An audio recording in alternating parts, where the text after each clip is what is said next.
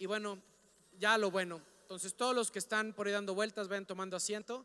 Ya vamos a pasar vamos a llamarle la conferencia magna del día de hoy. Me da mucho gusto poderles hablar de Trip.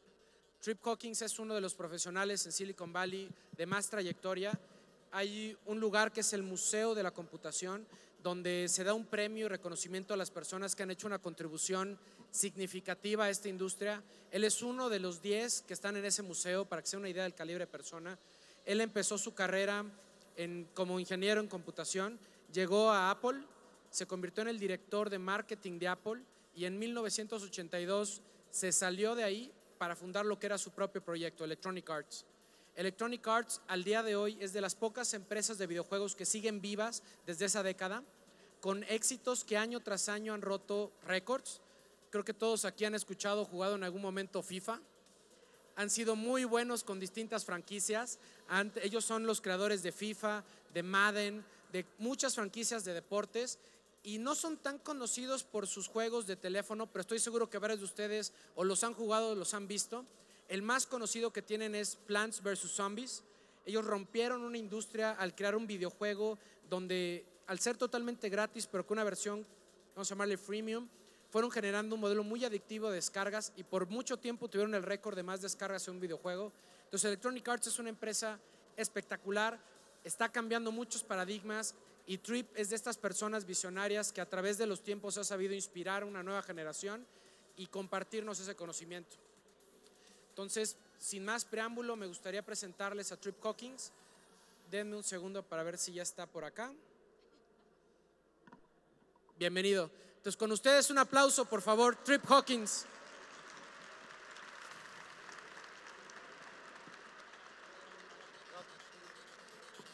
Thank you.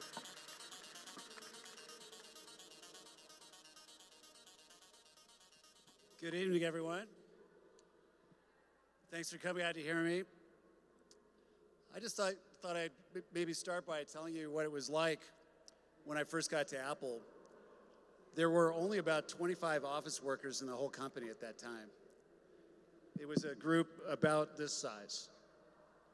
And there was another group about the same size that was in the back room assembling about 100 hobby computers a month.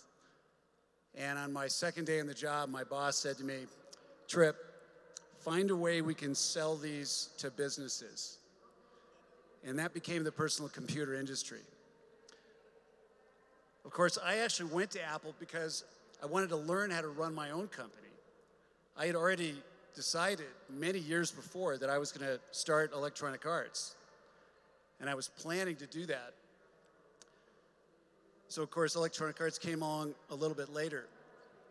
Now, by the way, since I've been an adult, which is, I think pretty much since I was your age,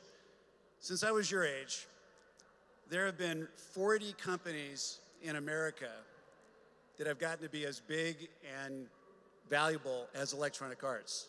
Electronic Arts is one of those 40 companies. Another one is Apple, obviously. And I had the opportunity to play a key role in 2 of those companies. That's a pretty special thing to have been able to do. I hope that you get the opportunity to do that in at least one company like that. It would be fantastic. So I want to talk to you a little bit about who I am and how I did that and how I pulled that off. There's actually only 2 other people on the planet that played key roles in 2 of those 40 companies. You've heard of Reid Hoffman, the founder of LinkedIn. He also played a key role at PayPal. And the other guy who's on this list, I know you've heard of, his name is Elon Musk. He's kind of the next Steve Jobs. So, what are we going to talk about? I'm an expert on innovation, so I'm going to talk to you about that. But if you're going to be an innovator, before you do anything, you're going to have to understand your own identity. And what I've realized about myself and my life and my career is that more than anything, I've been on a journey to understand who I am and to make the most of that.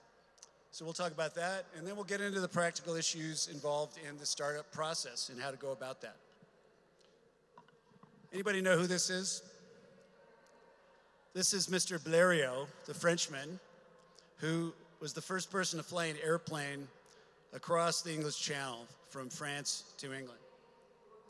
Guess how many hours he had spent flying in his life before he did that? 5. A grand total of 5 hours of experience in that little contraption. And then he thought it was a great idea to just, hey, let's just see if we can go over there. That's what innovation is all about. And it turns out that when you look at the characteristics of artists, creative people, entrepreneurs, leaders, in most cases, we are rebels, we're outcasts, we have kind of a pirate swagger. We're obviously risk takers. We're change agents. We're a little bit dangerous. I hope many of you will become dangerous because that's what the kind of change this world needs. And of course, we're also assertive, we're shameless, resilient, tough. We've got grit, perseverance. And like the Wright brothers who invented the airplane, we can think the unthinkable. And that's basically what the Wright brothers did when they invented the airplane. All the experts at the time said they were fools. And yet they pioneered flight. So one of the things you probably would not know about me is that I've been on the top of this rock. I've been on the top of a lot of rocks. I'm really into big rocks. This is the Matterhorn. About 30 people die on this mountain every year. There's a new TV show about the rescue crews that pull people off the mountain every day. And the night that I was climbing it, there were 2 guys that died, and the helicopters were flying around pulling out body bags. So obviously there's something in my character that makes me willing or interested in climbing rocks like that and starting companies like Electronic Arts. So this is, again, part of that identity thing. And then here's maybe what I'm a little bit better known for. This is actually me on the cover of Fortune magazine quite a while ago, but around the same time, The Economist magazine ran a story about me, and they called me the king of the nerds, and they had an illustration of me wearing a little crown. And it's really true. I really have been the king of the nerds. I don't think I still hold the title. I think Elon Musk now should hold that title. But I had the title for a long time, and I've always been an advocate for nerds. I've always felt like a member of an oppressed minority group, fighting for justice and fighting for our rights. And my true ambition is to help the nerds take over the world. Okay, that's what we're here for. So a little more about my history. How did this all start? How did it happen? Well, when I was a child, I was interested in sports like football and baseball and playing board games and card games. And I particularly like games that had strategy, where I could be thinking and planning, that involved resources that I could manage, and that allowed me to become the hero. And I didn't want to just kill time and be amused. I wanted to simulate something authentic and powerful that made me feel empowered like an adult. It gave me a chance to make decisions and see what would happen and learn from that. And I kind of stumbled onto the idea that we learn by doing. This has actually now been proven by scientists, and we all kind of know it instinctively. And that's one of the reasons why people love to play games, is that they're interactive. It's an interactive medium. So when I was a kid, we didn't have the computers yet, so you had to try to do this with paper. You had to do it with dice and charts. And some of you might have heard of or have played a game like Dungeons and Dragons, the very first form of that. It's books, it's papers, it's dice, it's hit points, it's all these calculations. Very, very nerdy. So I was playing games like that, and I noticed that my friends would rather watch television. And I got this idea that what I would need to do is put this game, this paper game with dice and cards and charts, put it inside the box, put it in the TV, and draw pictures on the screen like TV. And then I basically spent most of my life doing that. That's kind of what it looks like now. It really looks like real life in a box. And this was a big idea, and I had it way, way ahead of it being possible. I mean, I had this idea at least 10, maybe 20 years before it was feasible to do it. And I have to be honest and say right now, I don't have any idea what's going to be going on 10 years from now. But some of you may have that kind of an idea.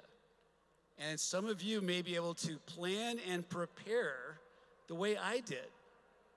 Because I had no doubt that this was going to happen. I just had to wait for the computer technology cost to come down, and then it would go into the home, and then I could make the games that I wanted to make. And more than anything, I wanted to make football and baseball games so that I could play them myself and beat my friends and be the hero.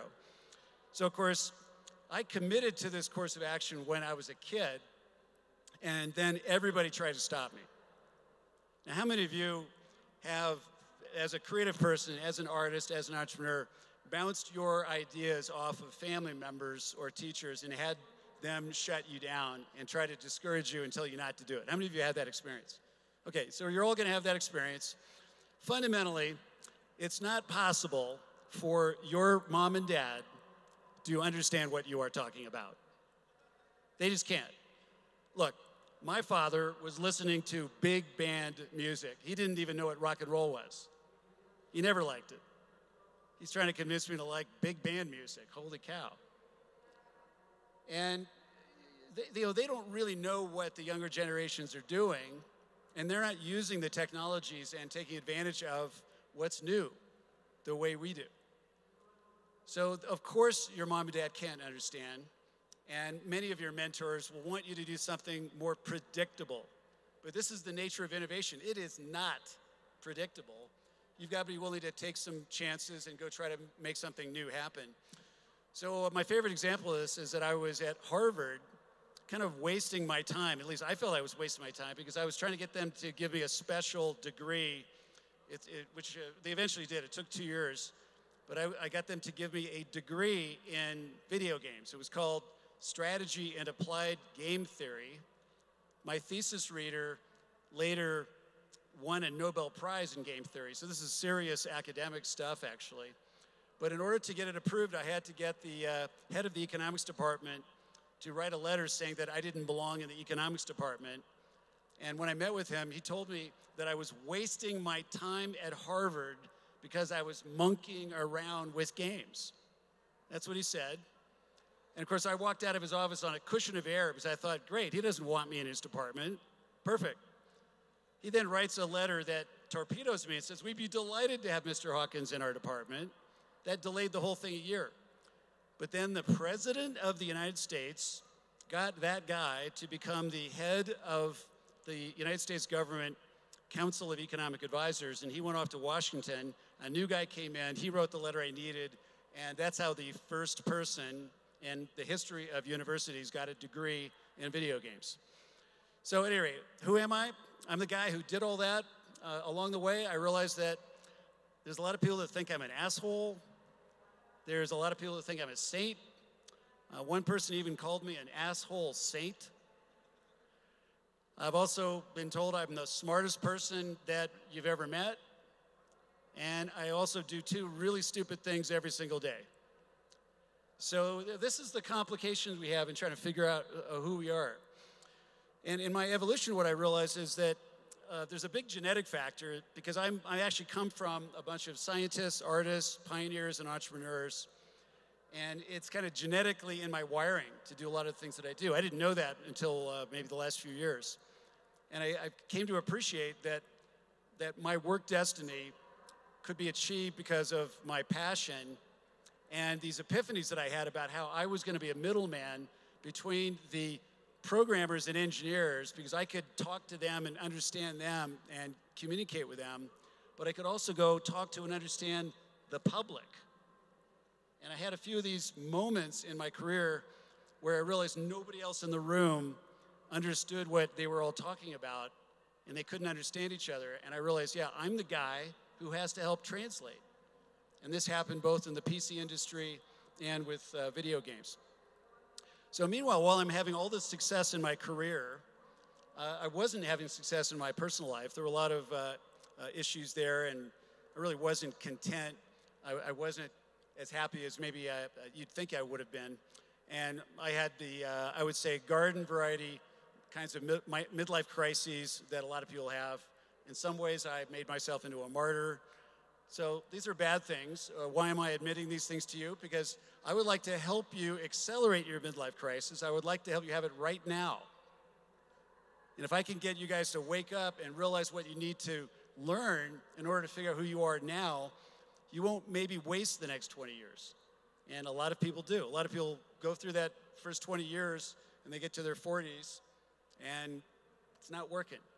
And that's their midlife crisis. So I kind of made this transformation. You might be able to tell that I don't look like I'm a miserable guy. I'm probably happier than I've ever been.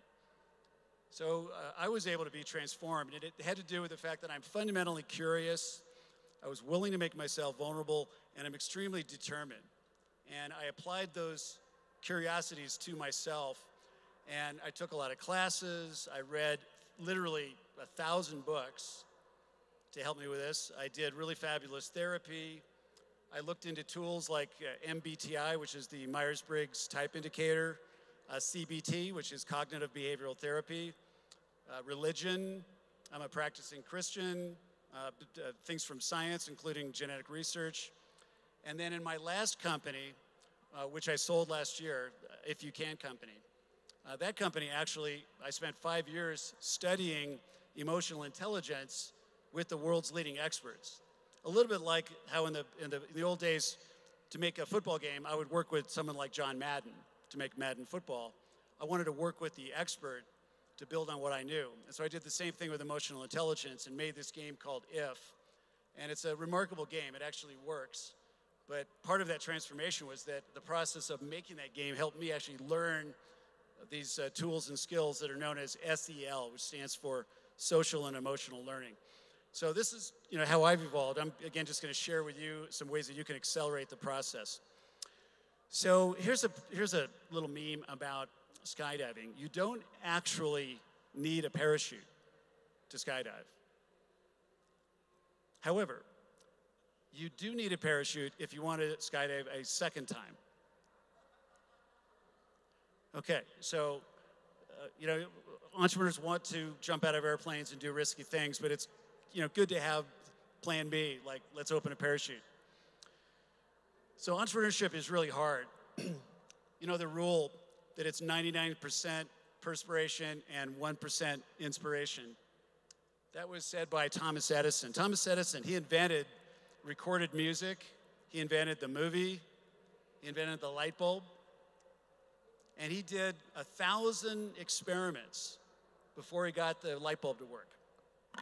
And throughout his life, people would come up to him and they would say, how did it feel to have hundreds and hundreds of failures? And he would say, I never failed. I found 1,000 ways not to make a light bulb. And that was the path, eventually, to figure out exactly how to get the light bulb to work.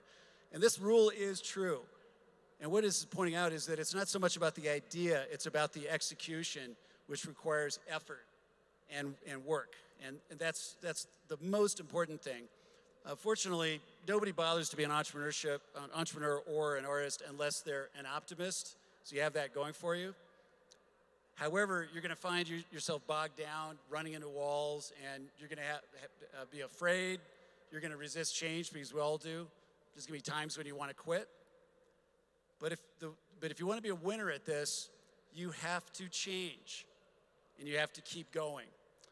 And you have to also then basically keep the effort up and keep the motivation going.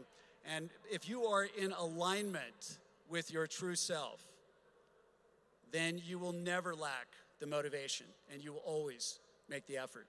You also will need to be a hero. You will be called upon to be a warrior and a hero. I like to believe that all of us have potential to build our own kingdom. And some of this comes from research like Joseph Campbell's Hero's Journey. He found that all of the mythology stories from all around the world basically tell the same stories. They occur in 17 stages. And you can look this up. I'm sure you'd find it fascinating. Basically, we're going through those stages all the time in our lives. And each of us is a unique miracle. We're a member of this species called Homo sapiens sapiens. That means we are the man who is aware that he is aware. We've got this consciousness, and we're in this amazing place called Earth. And we naturally want to build a kingdom and to be the king or the queen in that kingdom. And you can think of a character like Braveheart, from the famous movie. That character is a fellow from Scottish history named William Wallace. Well, I know someone who gives a lot of speeches about how everybody needs to be Braveheart. And a guy came up to him afterwards and said, well, I know you think I should be the Braveheart of my story, but I kind of feel like I'm the farmer in the fourth row holding a pike.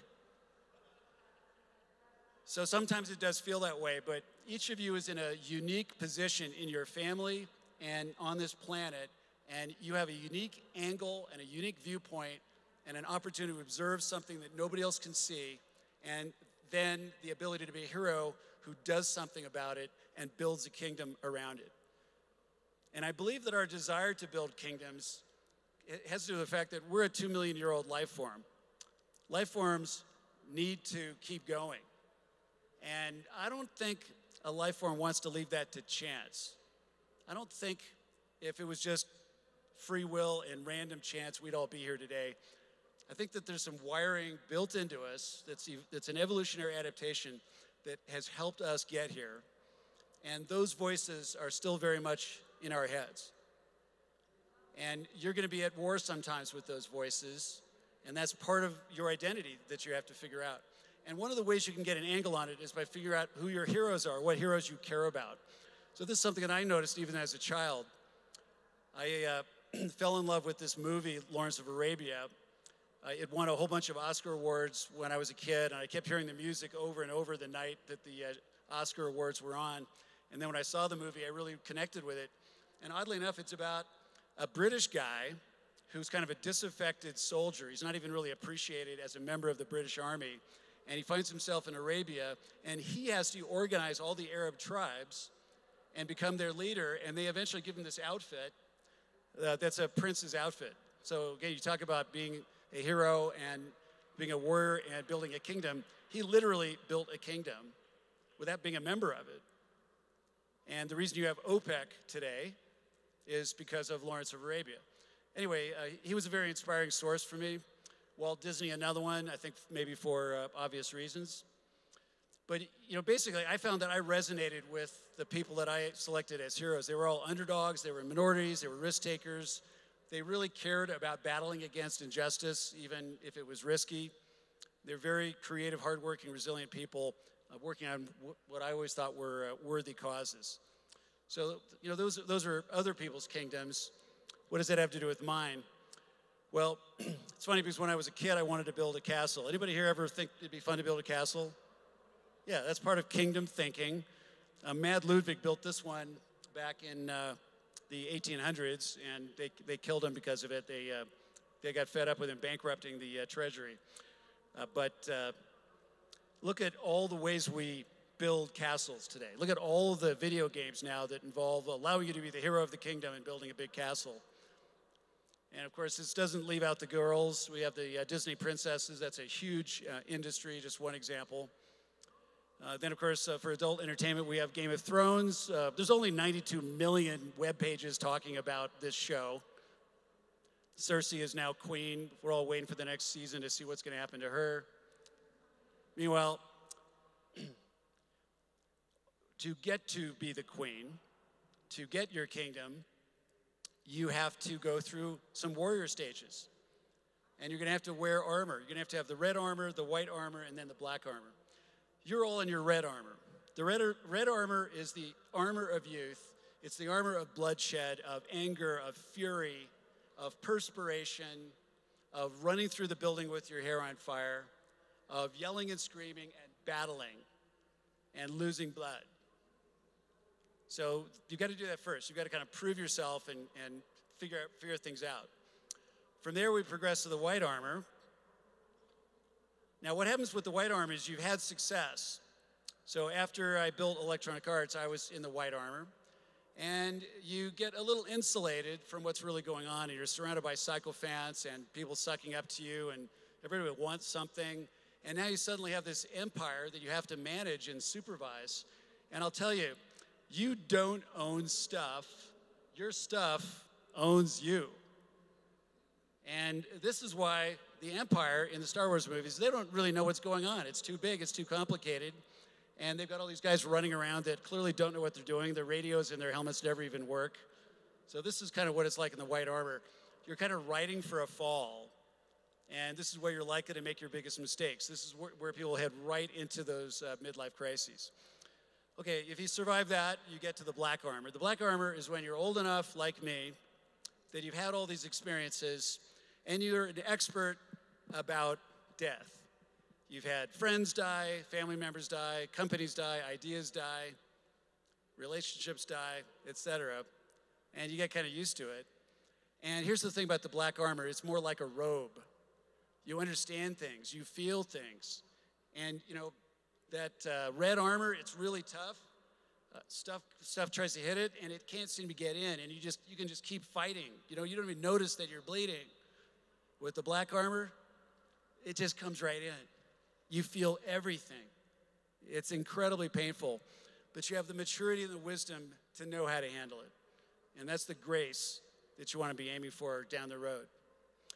So you have to ask this fundamental question, who are you? How do you figure that out? Now, Lawrence was very confused because he was a bastard child, and therefore he was not accepted by his father, even though his father was a lord. So he's technically related to, he's got royal blood. He really is a prince, and yet it's denied because they weren't married.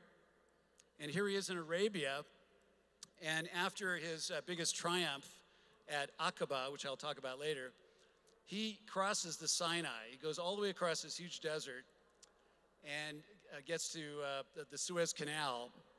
And from there, he has to get to Cairo to tell the British about this military victory. And he's standing on one bank of the Suez Canal, and he's just trashed. He's not looking beautiful like he is here. He's just trashed from the crossing of this desert, hundreds of miles. And he's standing there just dripping with sweat and caked on mud and blood and his tattered clothes. And this voice says, "Who are you? Who are you?" And he doesn't know. And then he kind of shakes himself out of it. And he realized that on the other side of the canal, there's a soldier that stopped on a motorcycle and saw him and is yelling, "Who are you?" David Lean, my favorite filmmaker, David Lean, who made this movie, he insisted on voicing that line himself. That's David Lean saying, "Who are you?" Because that was the story that he was telling in this film. And that's the story I'm telling you today, is that is the question that you've got to answer. So you got to, first of all, fight the fight that you believe in. But what you want to do is tie that fight into purpose, mission, and passion. And I'm going to break it down for you so you understand how to use those three ideas separately. And it has to do with knowing your genetics, understanding your neurosis, learning some things about the culture that you're in and that you grew up in, and then applying some tools to the problems, and then getting those things into alignment for life. And if you do those things, you can have both success and contentment. Anybody know who this is? This is the Olympic champion Simone Biles. Oh, this was taken when she was really little. When she was like 4 or 5 years old, she was already turning the family room into a gymnasium and just jumping around like a jumping bean. It was insane. So the question you might ask is, this little girl with all this talent, she goes on to be an Olympic champion. Now, was that nature or was that nurture? What do you think? How many think it's nature, that she just always had it in her? How many think it was the training that she got? How many think it was both? Yeah, it's actually both. But here's the thing. If you've got it in you, then you won't quit in the development of it. If you have doubt about whether or not you have it, you're far more likely to quit. She didn't quit. She knew she had the talent. She knew she had the gift, but she still had to do the work. We always do. So here's the thing about the gift, is that it turns out a whole lot of the stuff having to do with innovation is, in fact, genetic. This is just a random sample of some of the genes that influence aspects of entrepreneurship. But generally, when we make a decision, as a human. We've got at least 40 genes that are involved in that. It's not quite as simple as breaking it down to just one thing. But they've done a lot of twin studies where you take, say, identical twins, they're genetically identical, they were given up for adoption, they were separated and raised in different foster homes, and they never even knew each other. So what happened? And they can do a bunch of testing of these people as adults and learn that, wow, it turns out that certain things are highly genetically correlated. Basically, people that are able to maintain a really high level of activity, that have high testosterone, which allows you to be more of a risk taker and have more dominance characteristics, be more of a leader, innovative leaders, risk takers, creative people, people that are open and curious, tenacity, intuition, even people that are self-employed. These are things that are all basically at least half or more determined by genetic makeup, which is amazing. Well, then you also look at what careers these people choose, and this probably does not come as a shock. So you notice that when we think about the people that we know that are really great artists or really great scientists or engineers, these are people that had some genetic capacity to do it. And when the math got hard in school, they cried like the rest of us. We all cried at some point in math, but they kept doing it. And they were able to become professionals doing it. Now, by contrast, and I'm not in any way trying to demean these other areas of professional work, but if you look at sales, office work, and being an elementary school teacher, these are things where the decision to do it, the effectiveness at doing it is not as genetic related. The genetic contribution is more like 1/4 or 1/3. If you think about it, those are also skills. You know, teaching school, doing office work, learning to sell, these are all skills that can be taught and can be learned by a wide variety of people. These other things are, in fact, I think more challenging, and it's more likely that you're going to be able to do it well if you have a genetic gift supporting you. Okay, well, if you take nerds into this context, of course, nerds now own Silicon Valley, and we are, known as being kind of antisocial, ivory tower, hyper-focused, in our head kinds of people. A lot of ADHD. Turns out that 89% of ADHD is genetic. So, in other words, if you have it, there's an 89% likelihood that it's genetic. And those that have it are 6 times more likely to end up running their own businesses. Okay, that's quite a correlation with entrepreneurship. Another joke about Silicon Valley is that half the people in Silicon Valley have Asperger's syndrome, which is an issue around social skills. And again, that's largely genetic. So again, I'm just trying to acquaint you with some of the recent genetic research that we can tune into. So when you look at your genetic algebra, your genes, they influence your instincts, your aptitude, motivation, and ultimately that boils down into how we behave, the decisions we make. And you can learn about yourself. You can actually get DNA tests now, although I don't know that that's really necessary. I think over the next 20 years, there's going to be a whole lot more we can learn from DNA testing. But one thing you can do is just look at your ancestry. Go figure out, well, who are my ancestors and what did they do? What kind of people were they? And where were they? And what were they doing? And why did they do it? And also ask you what kind of heroes you resonate with. And you can deduce, I think, what your nature is from that. And then the motivation effort will follow. Okay, this is a shot of a castle in Germany. This is a region in the middle of Germany called the Romantic Road. And 400 years ago, they fell prey to the 30 Years' War.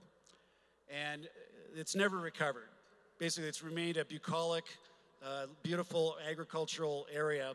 And it looks basically pretty much the same way now as it did 400 years ago. It never really economically advanced.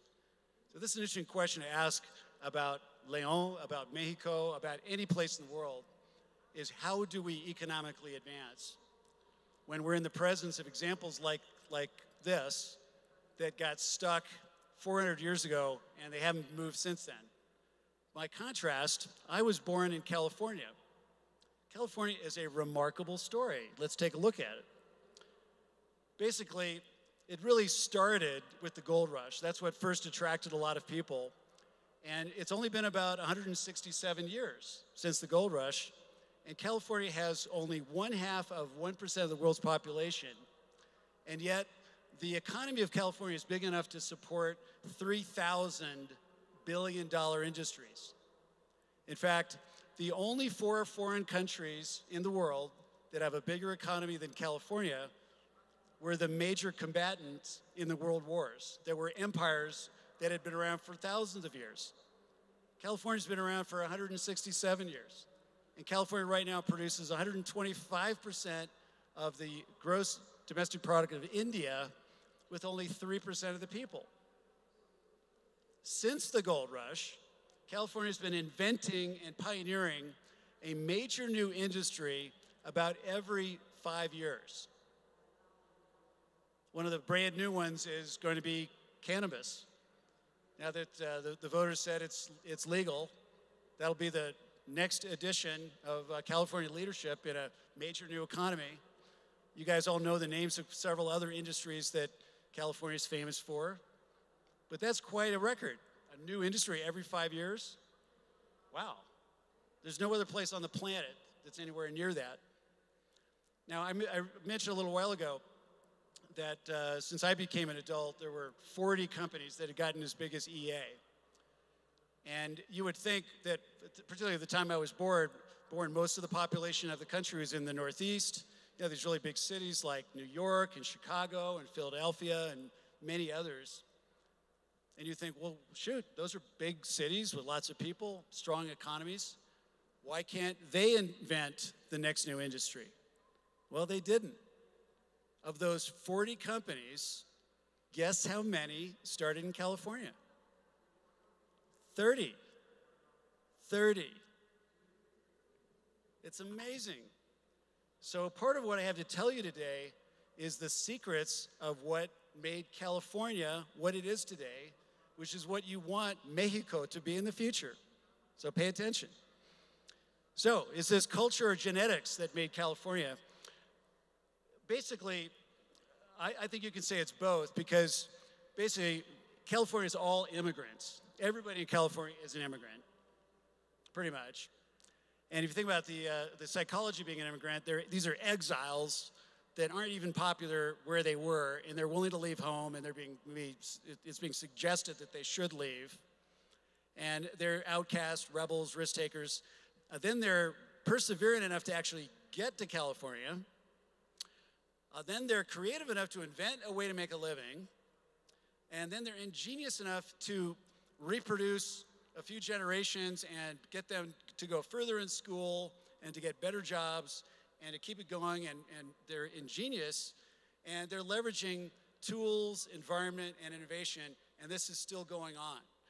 So I would actually submit to you that even though California is a very ethnically diverse place, there are all kinds of different people in California with all different ethnic and religious backgrounds and belief systems, and that diversity is a strong point also. But they are all members of the same minority group, which is these particular entrepreneurial immigrants that were determined to make it in California. And those are the kind of people you need to build around. So you can definitely say that that's genetic, because there was a process of natural selection about all the people that had a chance to think about leaving home and going to California, and whether or not they made it or not and succeeded or not. So, we talked earlier about Blériot. We're like, why did this guy just jump in this little airplane and fly across English Channel? Some people ask why. Why would you leave this beautiful place like the Romantic Road? Why would you change anything? But then there's the other people like Blériot that say, well, why not? Why not? And then you get the network effects. If you start doing this, for example, here in León, you just build up enough of the people that know how to do it. That scale starts to feed on itself. And in Silicon Valley culture, ideas are cool. So everybody wants to have ideas, and everybody wants to talk about ideas. And there's a really healthy, encouraging atmosphere for just discussion of ideas. And there's no blame or punishment or perjury about failure. Failure is just considered to be good experience, like Thomas Edison making light bulbs. And then there's adjacency, because everything is right there, and it was easy for everybody to make connections. For example, when I started Electronic Arts, there wasn't much in between San Jose and San Francisco. And anybody that had a finance and marketing background was more likely to be up in San Francisco, and then the engineers and the software guys were down in San Jose. So I decided, okay, I'm going to put Electronic Arts right in the middle in San Mateo, and now that's a hub of technology, but it wasn't then. It wasn't then. And this is what you have to do. You have to start from scratch, build from nothing, and I chose that location because it was close enough, because I could draw from both of those metropolitan cities. And the Bay Area, for example, has had an amazing number of things that have happened. You know, the development of TV, the VCR, the Homebrew Computing Club, EA Sports apps. These are all things that happened in the Bay Area that nobody really planned. There are certainly things that were planned, but a lot of good things happened that are purely the result of these network effects. Anybody know who this is? This is David Ortiz. He's from the Dominican Republic. Because in the DR, they put emphasis on baseball. A human being in the Dominican Republic is 20,000 times more likely to play in Major League Baseball than a human being from anywhere else. So again, this is something that can happen right here in Leon, is you pick an area to specialize in, and you just get better and better at it until you're the world's experts on it. Like David Ortiz is one of the world's experts on how to hit a home run. And he started off just like a lot of other boys playing baseball in the Dominican Republic. So the culture builds around the genetics. And when you look at the culture, you're going to see echoes of the genetics. And you know, one comment I love is Peter Thiel referring to the first 6 members of the PayPal team. 4 of the 6 had built personal explosives when they were in high school. They were basically blowing shit up in high school. You know, again, these are the kind of things I remember doing stuff like that too. It's just, yeah, these are part of the California story, I think. In fact, when I was a kid, we used to, I live in San Diego, we'd drive down into Tijuana with my grandfather, and we'd smuggle massive amounts of fireworks back.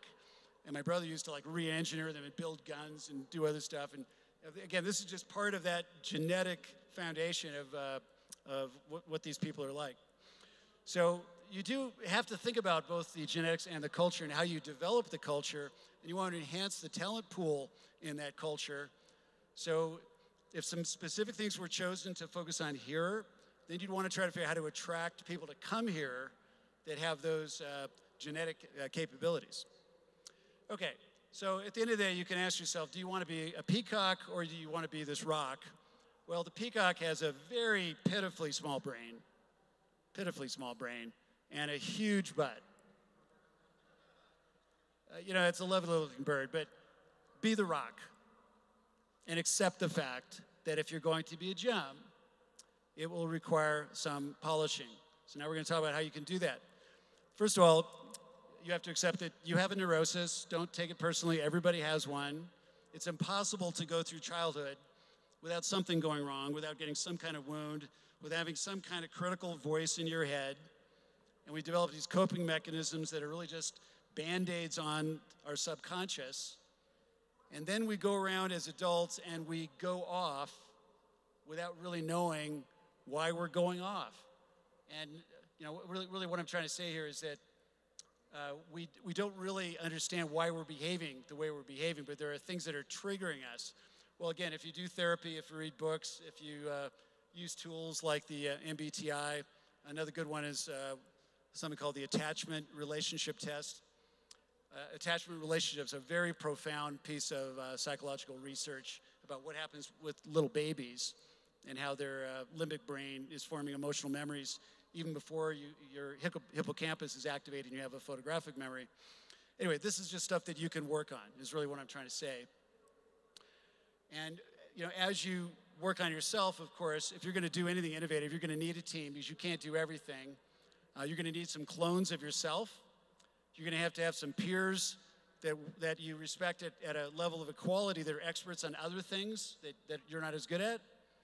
You're going to want to have different personality types in the midst and not be judgmental and think that one type is better than the others. And you're going to have to lead by example, be that warrior that's out in front, and also with encouragement. This is something that, since I work with Steve Jobs, I'll tell you that he really was an asshole. He never stopped being an asshole, and he was always angry, and I'll explain later why. But when he bought Pixar and started hanging out with those guys, he learned from their creative process how to do a better job as a leader.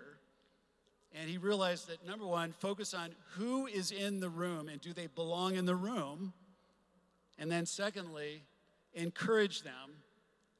And don't be nitpicking and critical. Instead, say things like, that's interesting. How could we move that forward? What would be the next step?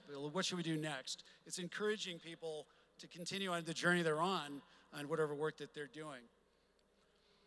So to talk further about Steve, we all know a lot of things about him. Obviously, he had the benefit of growing up in Silicon Valley and having a stepdad who was a hacker, but he was abandoned at birth. He was given up for adoption. It turns out his parents were incredibly entrepreneurial and scientific, and Steve just had this incredible bitterness and fury that he wasn't good enough. He just had this fundamental core wound that I didn't have enough value. They gave me away. And he never got over it. He knew who his biological father was the last 15 years of his life, and he chose not to talk to him, and he never reconciled with him. Big mistake. So basically, this is why his anger never got resolved.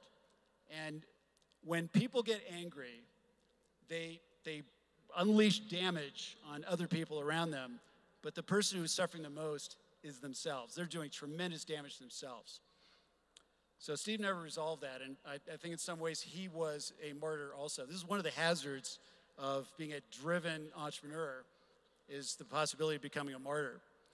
And you have to ask, if you feel driven, that's like being in the car but not driving it. Try to be the driver, not being driven. I think being driven means that it's your neurosis that's calling the shots.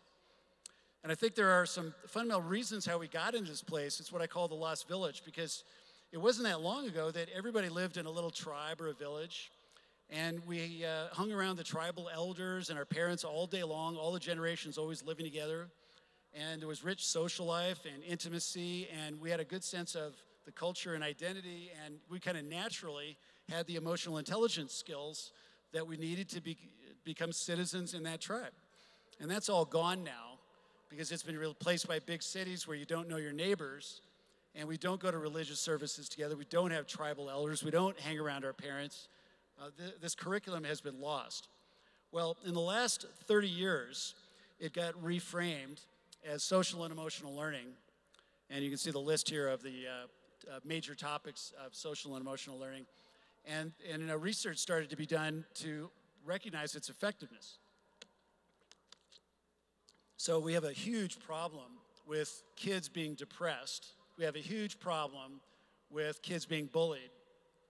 And it turns out that schools that introduced a curriculum in SEL, the bullying came way down, the school climate improved, student confidence went up, and then they found that academic performance improved because of those things. So it's very important for these skills to be learned for all of us. And it was kind of an aha moment for me, because there's a famous book called Emotional Intelligence by Daniel Goleman. I read it when it came out a long time ago. Years later, I reread it and discovered that the school that was featured in that book, being the teaching school of these skills, happens to be the school that all my children went to. And this is where I first got reacquainted with SEL and eventually decided to make a game about it. And part of my awakening was realizing that I didn't have these skills. Nobody ever taught me these things. And I realized that my parents didn't have it. My grandparents didn't have it because this thing got broken when we lost that old village. So it has to be brought back into schools and into the curriculum. And one of the ways that we'll talk about it today was what's called mindfulness. Here's a couple of definitions of mindfulness. A mental state achieved by focusing one's awareness on the present moment while calmly acknowledging and accepting one's feelings, thoughts, and bodily sensations, used as a therapeutic technique. That's a good definition. It doesn't mean you're not working hard. A famous Buddhist monk said that mindfulness is also being at peace with low stress while also working hard. And I agree with both of these statements. Mindfulness is totally where it's at, and it's starting to catch on, and I suggest you do a little bit of research about it. Okay, you take all of these things that I've just talked about, you then use your passion to tie it together. So here's what I'm basically saying, is that the passion is what you identify with your own free will, your own consciousness, something that is brand new and different that maybe your parents didn't even know about, didn't exist then, that you decide that you're really excited about. That's your passion. But then you tie that together with your purpose and your mission. And healing that wound from childhood, yeah, you should be on a mission to heal that wound. That's why I call that the mission. And your purpose, every life form has a purpose. So that's why I'm going to use the word purpose around the things that come from your genetic background. So for me, I'm genetically wired to be imaginative and to be a systems thinker. And I'm genetically wired to want to serve my children and to help others. So that's a part of me that is my purpose that comes from my DNA. My mission that relates to my neurosis is fighting justice towards my minority group and now spreading word about EQ because I realized that that's how I healed my wound. Meanwhile, my passions have to do with ideas for new things, games, technology, nerds, and fixing the planet. These are new things. These are new inventions and new ideas that I kind of began to discover beginning in childhood and as I've continued to grow. So if you're able to figure these things out and tie them together, you've got it all in alignment, you'll be very successful and very content. So that's really your best destiny, is to do that. And basically, you'll find that your passion taps into that hero energy. And you do have a destiny. There's a lot of different possible outcomes. Your best destiny is this one, where you tie purpose, mission, and passion together this way. So, do or do not. Well, let's talk a little bit about innovation. And I don't really know how much time I have left. Anybody know how much time I have left? How much time do you want me to talk? Should I shut up? I can't. Are you my timekeeper, or am I just imagining that? Okay. All right. Look, when I first started Apple, there were like 2 sales guys in the whole company, and they had this joke hanging in a frame on the wall. And this is I'm shifting now into talking about how do you innovate. Well, you've got to execute. You can't just kind of sit around like a vulture. What do vultures do? They eat dead things. They wait for something to die. Well, you don't do that in innovation. And at Apple, in our sales department, you couldn't get any sales that way either. So this joke just says, to hell with patience, I'm going to kill something. And that's basically the attitude we had and that you need to have. So here's a photograph, or a side-by-side photo that showed up in an article a few years ago when Electronic Arts needed a new CEO. And some journalists were saying that I should go back to EA. I thought that was flattering. But these are pictures back from the very early days when I worked with Steve. And so that photograph certainly brought back some of those memories. And I just want to tell you that entrepreneurs have to hustle.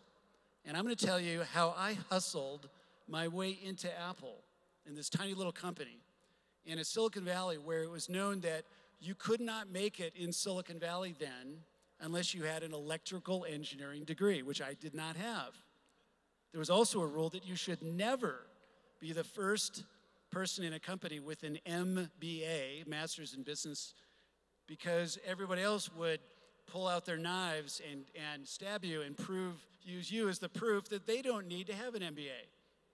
So I, needless to say, broke all those rules. But how did I do it? How did I get into Apple? Well, the first thing was I realized, well, I got to be an expert in something that they don't know. And this is a brand new industry. There's never been any research published about it. So I could actually study it. Any of you, by the way, could study any new thing. And there's so many new things. Like take the Internet of Things. You could study that, and you could write a heck of a research report about it and become a famous researcher, expert on the Internet of Things. That's what I did with personal computing. It was brand new, and I thought, okay, I'll just go research it. So there I am driving to school, and I go by Fairchild, and I just pull in, and Fairchild at that time had just introduced the very first video game system that used cartridges. Yeah, I'm sure you'd never heard of it. I think I might even have a picture of it here. Nope, sorry, thought I did. Anyway, it was called the Channel F. Nobody's ever heard of it, but it was the first one. I go into the lobby, and they say, what do you want? I said, I'm a student at Stanford. I'd like to volunteer to do a free market research project for the marketing department. And they said, oh, okay. And I said, can I talk to someone in marketing? They sent out the most junior flunky in the marketing department. He comes out, and I gave him this pitch about how, hey, you're selling this machine. Let me look at some of your warranty cards, your customer addresses. I'll send out a questionnaire, and we'll survey them on what kind of games they want and what their preferences are, and we'll learn about the customer base so you can, sell more products and make more money. And he said, sure. Of course, I'm doing this for free, right? Okay, then I continue to drive to school, and I immediately go into the school office, and I say, hey, I want to do an independent study for course credit, and I'm going to do this study project for Fairchild Semiconductor. And I go, oh, cool. So I really did get paid. I got school credit. Okay, so I do that. And then for a summer job, I target a market research company, Creative Strategies. They're still there down in San Jose. And I go down to talk to them, and I talk to them about the research I had done for Fairchild. That was my way to get my foot in the door. And I told them, I want to write a study about the personal computer. And they said, what's that? This is a market research firm. They didn't know what it was. This was like 1977. Okay, so none of this stuff has happened yet. And I said, yeah, it's going to be a really big deal, and I want to write a study about it. He said, well, our customers don't know about that, and they don't care about that. That's not what they want to know about. But you know what they do want to know? They want to know about computer printers. If you write a study about that, and that goes well, then maybe we'll let you write a study about the personal computer. Well, that's exactly what happened. And by the time we got ready to do the PC study, they were beginning to catch on that it was a worthy idea. And those two studies became the best-selling studies in the history of creative strategies up to that point. So here I am now. I'm able to, in working on that study, I could call every company in the industry, all these little hobby companies that had sprouted up, and I could call them and say, I'm with Creative Strategies. I'm doing this study on personal computers. Would you like to be included? And they're suspicious. Well, what do you mean? Well, if you're included in the study, I'll just talk about what your company's doing and include contact information. It'll help you raise money. It'll help you get media coverage, have news stories about you and so on. Yeah, okay, that's a good idea. And then I could go get into their building and go talk to them and get to know them. And guess what? They started offering me jobs. Well, I kind of had my eye on some other things, and I hadn't taken a job yet. And one day I'm at home in Palo Alto, and the phone rings. And guess who's on the phone? That guy. And I had just mailed out a little brochure about the study. And of course, I pointed out that Radio Shack was the market leader, not Apple. And Steve was pissed off. Of course, I was right and he was wrong, but he was still pissed off. So he had figured out how to track down my home phone number through a mutual friend. And he's basically ragging on me about this study. And I say, well, by the way, this study, if you adjust for inflation, that study in today's dollars would cost about $2,000. So I said to him, hey, why don't I come down and sit down with you and show you the study? We can go through it. He's feeling like, yeah, cool. I'm going to get a free look at a $2,000 study that we can't afford to buy. Anyway, that's how I got the job. And they brought me into Apple and thought, well, you know, this guy knows something about the industry. This guy knows something about business. Let's let him go figure out how to sell these to businesses. And you can tell it's all about doing things for free and hustling and getting to that next step. And do whatever you have to do to get your foot in the door. So, of course, you can ask yourself, what kind of personal traits do you have that you can build on? You can also study what's hot. You can also study what's hard if you have the aptitude to do that. Try to become an expert on something that's complementary, like customers, user experience, design, marketing, sales, service, competitors. And then do a lot of research, networking, volunteer, be an intern, do things for free. Just do it shamelessly. It works. Okay, let's shift over now to talk about innovation strategy. Do you want to be the bird or the mouse? Well, you want to be the second mouse, because the first one valiantly sprung the trap, and that allows you to get the cheese. Of course, they do say that the early bird does get the worm, but I think cheese tastes better. Anyway, there's a lot of different ways you can have a good idea. I'm not even going to say that there's one better way, but you got to start by looking at the brokenness, the pain, the suffering, trying to project yourself into the customer's shoes and have empathy for what they're feeling and what they're going through to help inspire you about what the solution might be. And you got to decide, do you want a better, faster, cheaper, incremental type solution, or do you want to just make a leap to a brave new world? It turns out that the really high value is when you jump to that brave new world. Electronic arts was that kind of jump. That's why it took me 11 years of planning before I incorporated it, and then it took another maybe 9 years after that before it really broke through. It was a very long-term thing, making that shift. There's a lot of lean startup thinking now that just says increment, increment, increment, do something a little bit better, pivot, pivot, pivot. Yeah, you can do that. These are two very different approaches. They're both valid to look at. In any event, you want to think the unthinkable. Another thing Peter Thiel likes to say is, well, by the way, every venture capitalist wants to invest in a potential monopoly. But I like the way Peter says it. He says, try to be dominant in something small and new. So it doesn't matter if it's not very big, as long as you're dominating it. You can also basically just look at almost anything and say, is there a better way to do this? There's inefficiency all around us. I saw it at your airport earlier today. We landed, and we come outside, and a bunch of us are standing around the car, and one of them then says, well, our colleague had to go pay for the parking. Well, that didn't make any sense. He goes on foot to some office to pay for the parking, and then we're going to get in the car? Okay. Almost everything that goes on this planet is being done very inefficiently and can be transformed. You see examples of new companies succeeding all the time now that have just looked at something kind of obvious, like the taxi industry, and said, hey, we can do better than this. So you can also, by the way, look for ways to take a pain point and solve that problem by leveraging hot new technology. You know, Uber did that, obviously. My favorite way is number 7 here. Creativity is rearranging the old in a new way. This basically says that there's not a lot of stuff that's completely new. Electronic arts really was the new Hollywood. You know, once I had that core idea, it filled in a lot of details in tactics and strategy.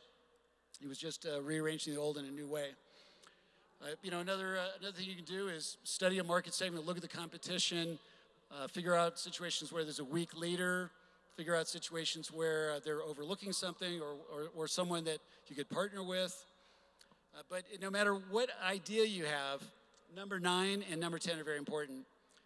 You need a strategy, because it doesn't matter if you take the hill if you cannot hold the hill. You've got to be able to defend your position once you take a position. And then finally, you've got to make sure that it's the right thing for you to be doing personally, that it's got to pass the why me test. Of course, you might be lucky enough to be doing something that's truly disruptive. In the interest of time, I won't dwell on this, but I'm a big fan of Clayton Christensen and his work. It's worth studying to understand these principles so you can put them to work for yourself. An example where this is rampant right now is the cloud. You know, you think about it, we now have billions of computers, And we've got this shift where everybody's given up on extremely high fidelity in media, and they're willing to basically use cloud-based media, whether it's music or games or news or whatever, just because it's so convenient. And pretty much every human being now can have their own reality show.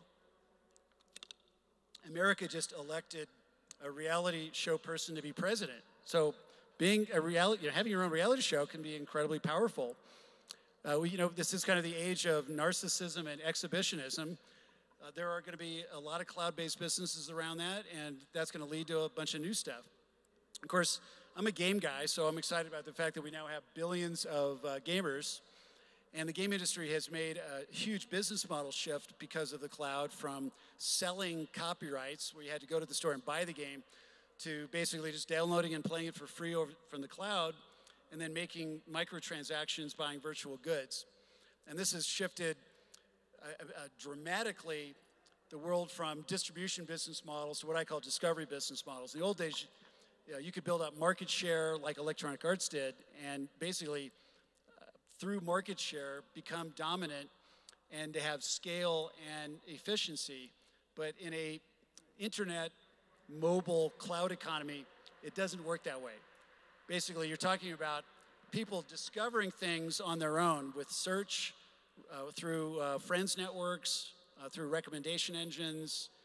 It's different than going out to a physical store and getting to choose from the merchandise that they bought to put there, and having brands matter and scale and so on matter. So the cloud is a radically new thing. There's going to be a lot of new ideas coming around the cloud in the next decade. And you can already see several of them percolating, like crowdsourcing, things like Uber, software as a service in many ways, esports, augmented reality, Internet of Things. This is just a list to illustrate that there are, in fact, many different categories of where you can choose to innovate.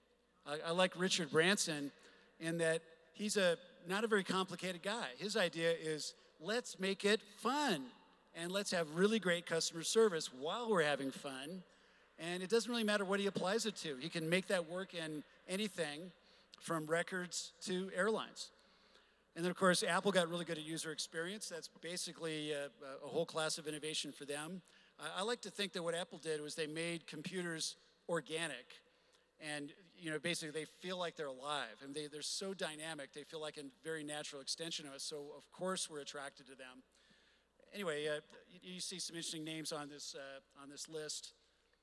The one at the bottom, Grameen, those are the guys that invented microbanking. I would love to see more social entrepreneurs and more social purpose in this market. Maybe I won't dwell on this too much, although I just want to point out that when you're trying to start a company, you got to simplify how you talk about it. And you've got to create a meaning that people can relate to, and not have just a bunch of mission statement mumbo jumbo that sounds very institutional. And then you've got to combine the right ideas with the right strategies. So if you look at Electronic Arts, there were 3 pillars of strategy that I came up with there. So the first one was the basic idea of the software artist, that this is an art form, and the people that know how to make this art form are themselves software artists. And that strategy allowed me to get the best people. If you get the best people, your business already has a huge competitive advantage. Nobody else was doing that. Nobody else was treating developers like rock stars. Okay, the second thing was the tools were terrible. And I thought, we're going to go make tools that are the equivalent of the first music recording studio for game development. And again, and then we also said, okay, we're going to go and we're going to apply those tools to the next generation of machines, not the current generation. It's too late for that one. We can't catch that wave. We're going to catch the next wave. So there you have another competitive advantage, which is using state-of-the-art technology as a technology advantage, better tools, better platforms. And then the third thing was being different and thinking outside the box around channels and customers. And nobody else did what EA did. We bypassed distributors. Everybody else was selling their games to distributors, and then the distributors would resell them to the retailers. And I thought, no, the way Hollywood got big is by going direct to retail and having more control over shelf space, more control over merchandising and promotion, and better feedback and information about the customer experience. And it was really, really difficult. It took years for EA to perfect this, but it paid off. So there you have it. You've got basically better people, better technology, and a distribution strategy that's unique. And you end up with Electronic Arts. Well, Uber basically did the same thing. How did they get the right people? They said, all right, this guy wants to go there, and that guy wants to go there. Who are the right people to do that? Oh, there's a bunch of cars right there. Let's get one of those cars to take that guy there, and get one of those cars to take that guy there. So they had a strategy that got them the best people as drivers, and they used the latest technology. They used smartphones, apps, and the cloud, and the wireless internet in an advanced way. And they shook up the distribution, said, yeah, you don't need to call a taxi. I know this isn't going to be a taxi company. It's not going to feel corporate. It's some dude, but it's going to work. Same three key pillars. It's not enough to just have the good idea. You need to figure out what those pillars of strategy are. So, at Apple, by the way, this concept of meaning, Steve latched onto an article from Scientific American about the efficiency of locomotion, in which they determined that on a calorie, how far could different animals travel. And humans were buried in the middle, but then way out front was the condor. The condor's got the largest wingspan. It can just cruise for a long, long way on a calorie. But then the article pointed out that if you put man on a bicycle, he could go twice as far as the condor. So Steve grabbed that and basically said the PC is a bicycle for your mind. And that was such a powerful idea. It was kind of spellbinding when people heard that. It just really fired up everybody's imagination. And it was such a powerful slogan that we started running full-page ads in the Wall Street Journal telling that story. It was a very powerful part of Apple branding. So you've got your meaning, you've got your strategy, you've got your idea, your meaning, your strategy, and then you've got this mantra that's a way of getting through to people emotionally. And Electronic Arts did that in a variety of ways. By the way, I love mashup names. You take two words that don't belong together, and they define something new, and it stops people with curiosity. They see Apple computer. How could a computer be any way related to a piece of fruit? That does not make sense. I used to get letters at Apple from customers saying, you guys have to change the name. Electronic Arts. What was artistic about electronics? Later another company of mine, Digital Chocolate. So I love mashup names like that, but there's a lot of different ways to come up with a good name. And then we had a lot of different mantras at EA. Okay, there's a thing that a lot of entrepreneurs don't know about that's called market validation. So I'm going to tell you just a couple things here about what you do here. Is you got your idea and your strategy, and now you try to go collect concrete evidence, not intellectual opinion, but actual evidence that it's going to work. And by the way, this term is also used by Eric Ries, the author of The Lean Startup, and Steve Blank is another proponent of this thinking. It's a relatively new concept. A lot of entrepreneurs don't actually know about it. So you go through these steps. Number one, you're observing and having empathy. One of the things the Wright brothers did in inventing the airplane, they first had a bicycle shop. And the bicycle was brand new. And these guys were retailers. And they thought, hey, bikes are kind of cool. Let's get some of those. And then they got them. And they go, hey, these things are kind of mechanically interesting. Let's study how they work mechanically. Hey, you know what? Let's buy parts for these. And let's repair them for people. And they got pretty good at the mechanics of bicycles. And then they started thinking about flight. And of course, they're thinking about, maybe we could apply what we know about bicycles, but we don't really understand flight. We lack an understanding of flight. Well, that's where they started to study and observe the birds. And they figured out some fundamental things like wing warping that enabled them to fly that they picked up just by studying birds. That's a really great example of empathy. Step number 2, this whole idea of the lean startup. Keep it lean, get evidence, make adjustments, which are now known as pivots based on what you learn. Prototype rapidly. You don't have to even build an actual functioning prototype. You can make what's called a prototype.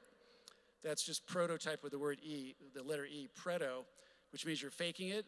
There's a lot of ways you can fake things and have customers actually use them, but instead of all this computing power behind it, you've got a human being behind it doing it, sometimes called concierge version, because there's people running around doing the thing instead of the software doing the thing.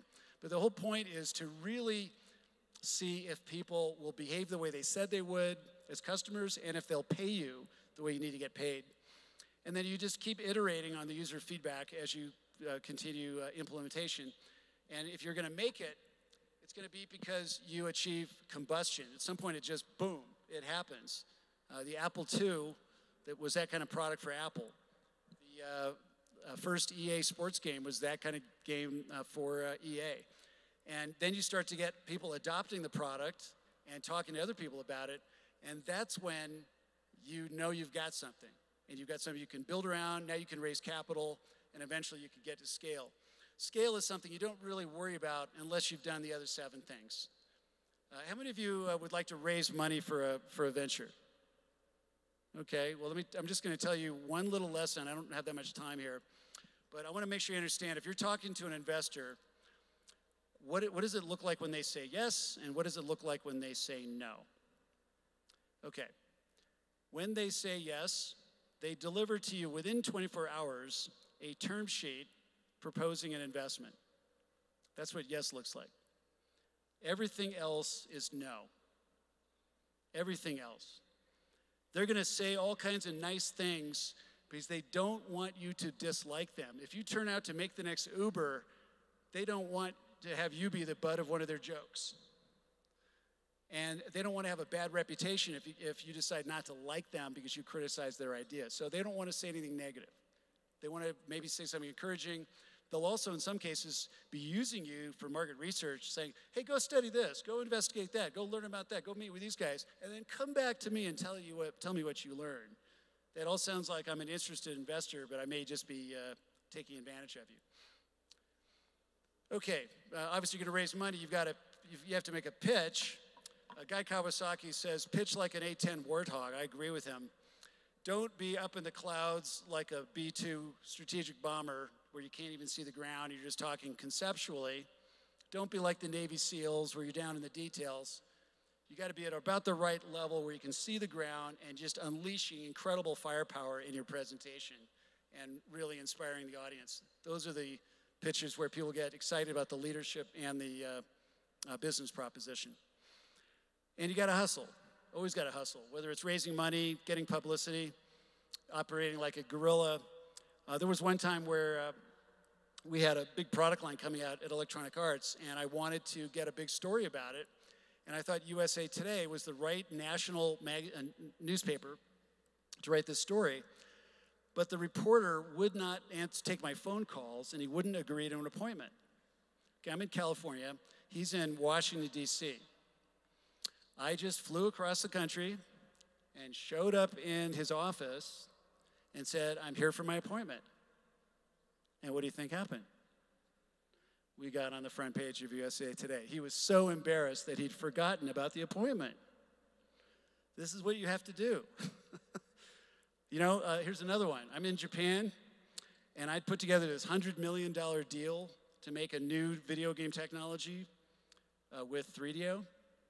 And Philips had dropped out, but the Koreans had stepped up, and I'd kept it all together.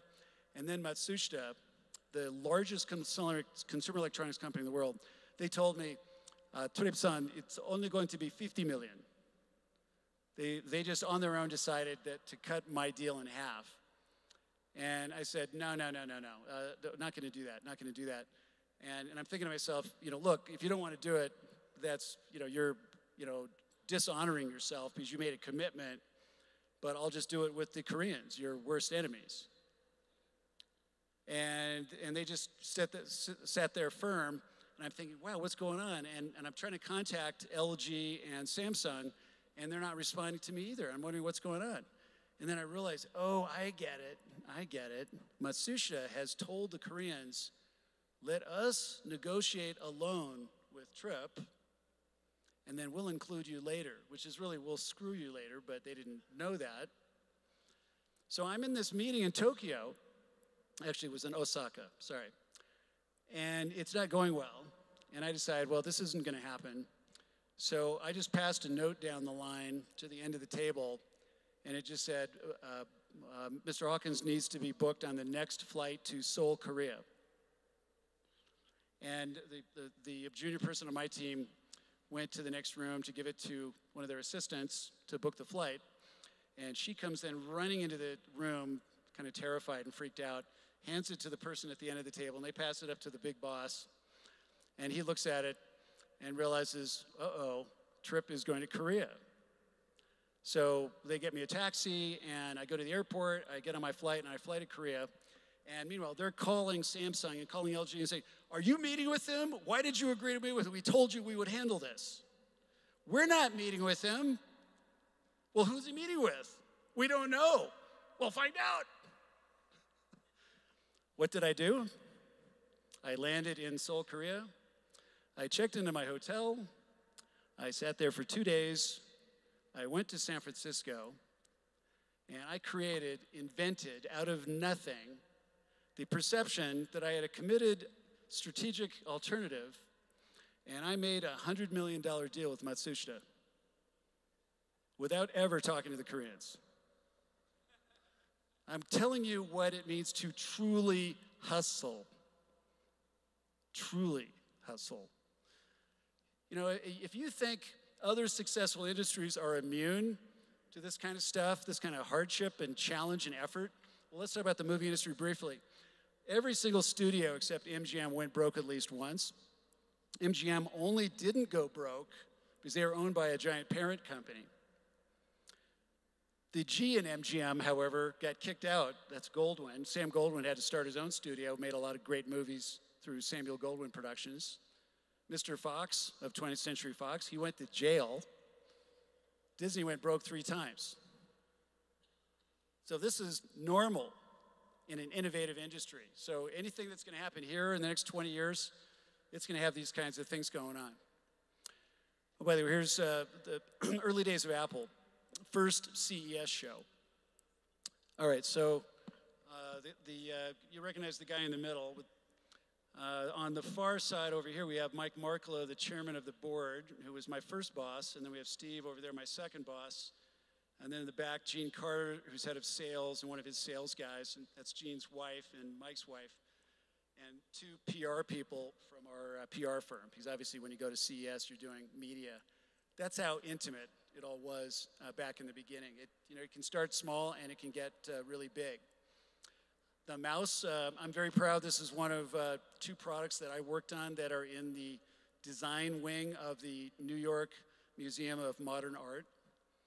And it's quite a story here. I mean, you guys have maybe heard about the famous trip where Steve went over to Xerox Palo Alto Research Center, ex-Xerox Park, to see Smalltalk and got all excited. Well, he came back and grabbed me and a couple other guys and took us back over to show us. And then he asked me to get a mouse.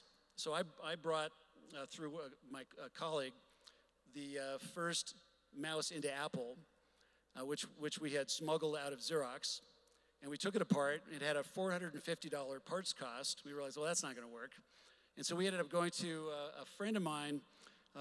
He and his buddy, David Kelly, this is Dean Hovey and David Kelly, they had a design company now known as IDEO.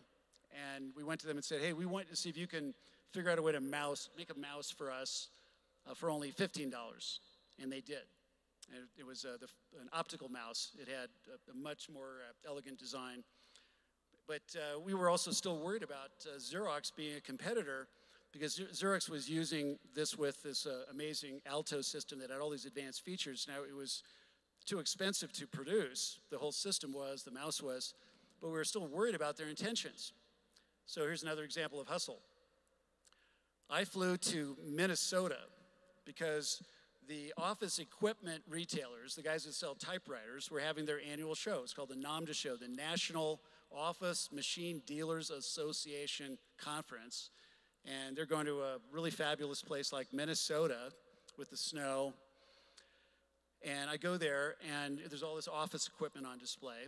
And I go to the Xerox booth, and they're showing some of their more ordinary products, like the Xerox 860, which is a $30,000 word processor. And then over in the corner, without even being turned on, there's a Xerox Alto with a mouse, and it's sitting there.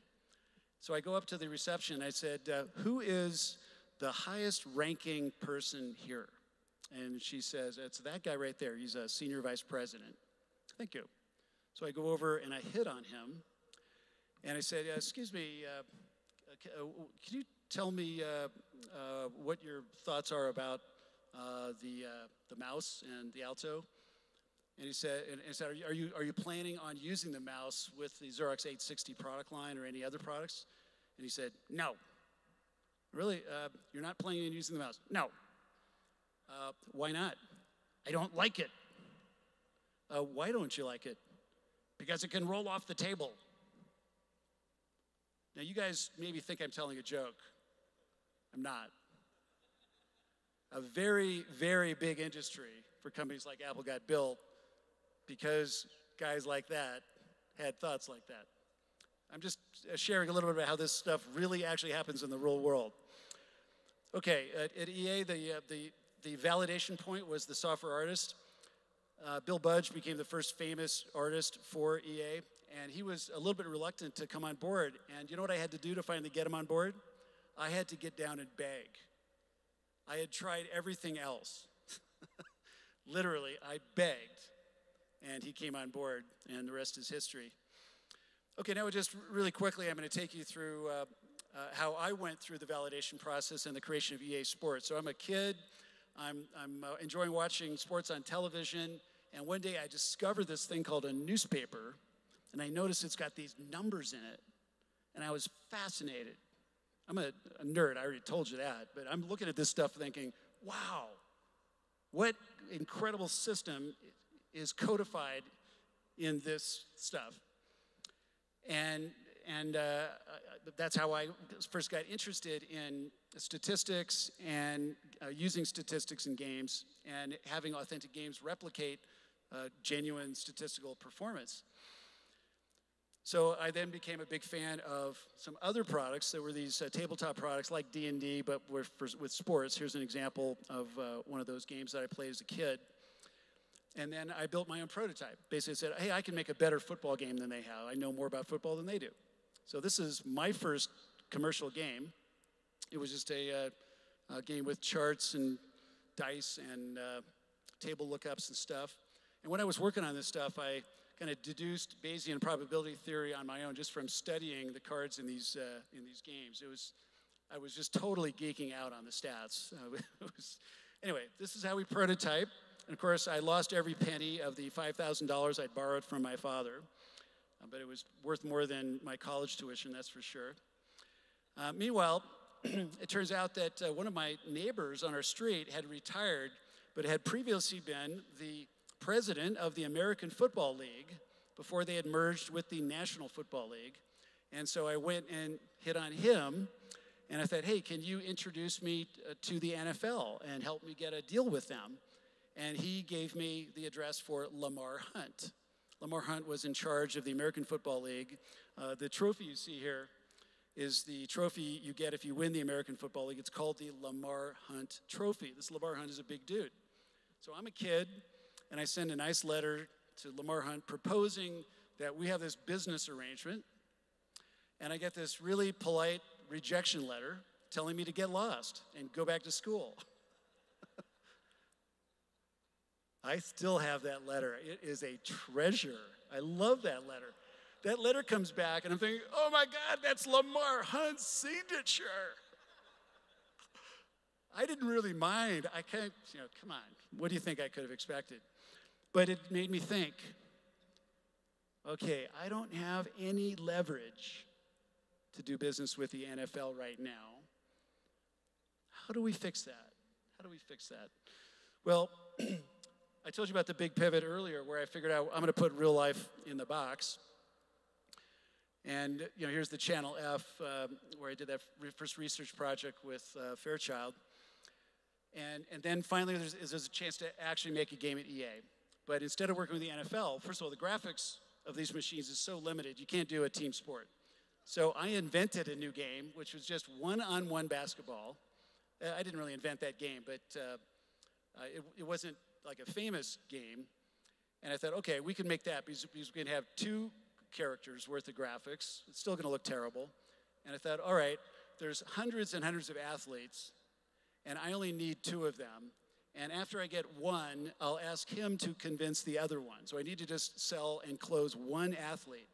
And if one of them doesn't want to do it, there's a lot of others that might do it. And I was able, therefore, to get the hottest athlete on the planet, Dr. J, Julius Erving, the basketball player. And then once he agreed, he convinced Larry Bird to do it. And this became Dr. J and Larry Bird go one-on-one. It was the first EA Sports game.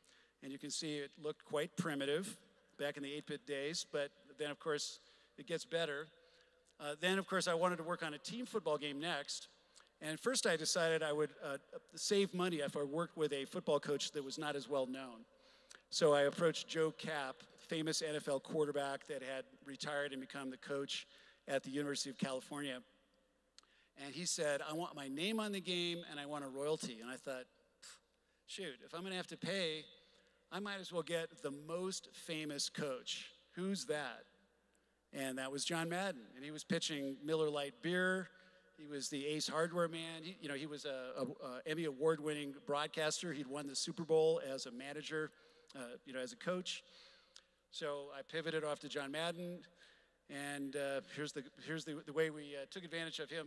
He was always breaking through a barrier in these beer commercials, so we had him break through a chalkboard. And then, of course, it got a little slicker over time. Again, by this time, we're up to 16-bit technology. It's looking a little bit better. Then now, look at it. So really, real life in a box. There it is. It almost looks like television. And now EA has an exclusive with the NFL. The NFL does not work with anybody else. So it took a long time to come around, but there it is. Okay, you want to do innovation here in Mexico? Here's the algebra that you've got to remember. Figure out your genetic traits, the cultural elements you can build on, understand what kind of immigration potential you can create with what you can attract. Focus and theme your educational system on forward-looking curriculum elements that can give you an advantage. Make sure there's a lot of freedom within the capitalist environment, but also government support. Make sure that there's capital to seed the process. Do the whole thing with a very positive attitude. Stick with it. It's going to take time. It might take decades. Have a warrior mentality. Fight, but fight like a family. Have courage with willingness to fail. You do those things, you can build a Silicon Valley right here. You just have to have a little bit of patience about it. I thought I would share that what transformed EA in value was my own Aqaba. And I talked about the Aqaba with Lawrence of Arabia. Basically, the Arab tribes were bottled up in the desert, and the Turks controlled the entire Red Sea and the entire coastline because they controlled the town of Aqaba, and it was protected by a huge desert behind it that could not be crossed, and that they had these great big guns pointing out into the water so that if the British fleet came in, they would get all shot up. So basically, you can't take Aqaba, so you're bottled up in the desert, and the Arab revolt can't go anywhere. And Lawrence, this is a true story, he decided to put a band together, have them cross the Nefud, this desert, and attack Aqaba from the rear, take them by surprise. And when he first proposed this, they all thought he was crazy. And they said, the Nefud cannot be crossed. And he said, and they said, it is written, the nefud cannot be crossed. And he said, nothing is written unless you write it yourself. And then they said, well, if you come out of the nefud with only 50 men, how can you possibly take Aqaba with only 50 men? And he said, if 50 men come out of the nefud, they are 50 men that other men might join. And sure enough, they got other tribal support. They took the town, and it basically helped the Arabs get their freedom. And again, this bastard child from England was helping them do it. Now, some of that was colorfully added to in the film, but the true story is just as amazing. The Aqaba at Electronic Arts was my decision to reverse engineer the 16-bit Sega Genesis. Nobody had ever gotten away with anything like that in the history of the industry, and I didn't care for the draconian business models that companies like Nintendo had and that Sega had decided to copy. And we were missing out on Nintendo, didn't want to sign their license agreement. Sega didn't have any market share, but they were planning to bring the first 16-bit machine out. And I thought, okay, well, we'll just go figure out ourselves how it works. And it took us a year to do that. It was an extremely difficult thing to do. It's the only time in the history of the game industry that it has been done successfully without anybody ending up losing a lawsuit about it later. And the value of Electronic Arts, which after a period of 8 years had gone from 0 to $60 million. 2 years later, it was worth $2 billion, and now it's worth $25 billion. And that was the turning point. And this is one of the things that in innovation, in startups, that you need to be looking for is that truly courageous leadership and strategic pivot that can be your Aqaba, that takes you someplace that nobody else could go. All right, well, I just want to summarize what we've talked about. We've talked about the heroic nature of innovation, and really the nature of it, starting with the genetics. We talked about some of the tools that you can use to get into studying and understanding your identity, and some of the steps in the startup process, and advice that I've been able to give you about that. But I want to end with one more thought, because this is the end. And I don't mean of this presentation. I mean, the best scientists in the world are saying that humans may last at most another 200 years. And there's a lot of people that think it might be 20. And we've got to step back and say to ourselves, what can we do about this before it's too late? And I had a taste of the apocalypse myself the other day, just a little taste, because there was a power failure in the middle of the night. And I woke up, and so I have this opinion about the real apocalypse, which is that when it comes, you're going to have a fully charged iPhone, because my phone was fully charged. But then I get up and I realize, oh my God, there's no electricity. I cannot make coffee. Without coffee, I'm worthless. And then I realized, oh my God, I'm going to have to take a cold shower. And then the coup de grace was, I go out to the garage, which has an electric door, and I can't get the car out of the garage because I can't get the door open. So it basically destroyed the entire day, just this little blip in the power.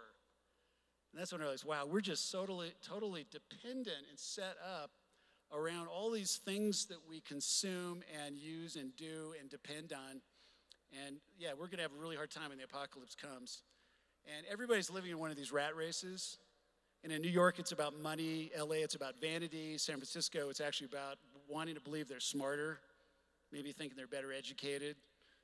But the whole world is kind of in a rat race of ego and materialism, and it's not making anybody happy. And then last year I moved to Santa Barbara.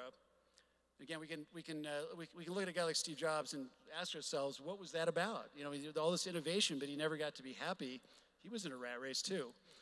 But then I moved to Santa Barbara, and I realized, wow, this is a different kind of place. It's calm.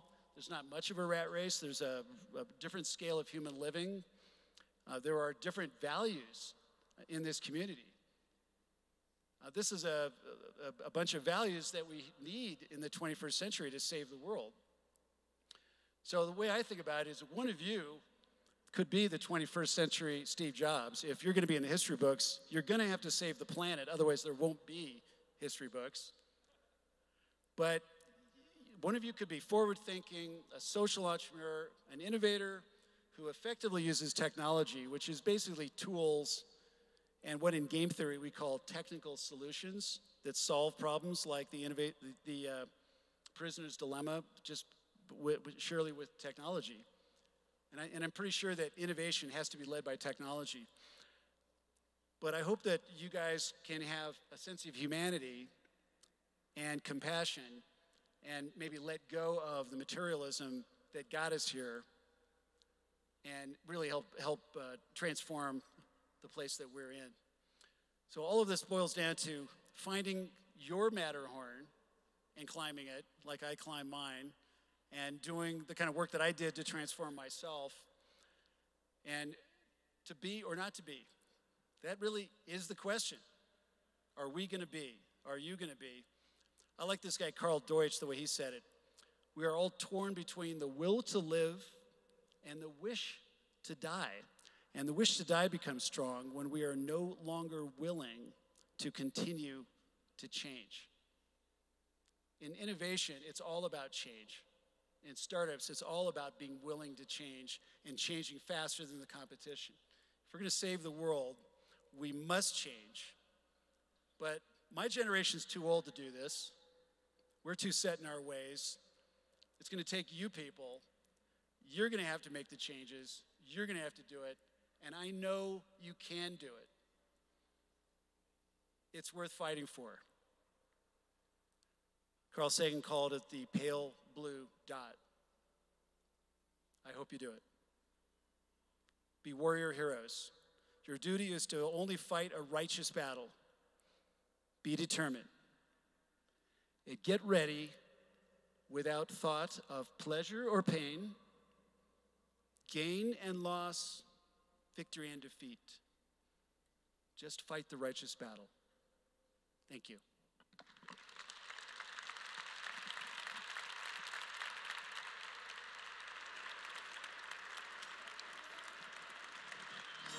Hello, hello. Thank you so much for joining us and sharing your knowledge with us. Here is a present for the event. Thank you, Trip. Muchas gracias a todos. Hemos concluido hoy el primer día de Switch. Los invitamos para que nos acompañen. El día de mañana tendremos actividades increíbles. Los vamos a invitar primero a pasar. Tenemos un cóctel en la parte de atrás para todos ustedes. Y los invitados especiales que tienen cena los estamos esperando en la terraza. Gracias y feliz noche.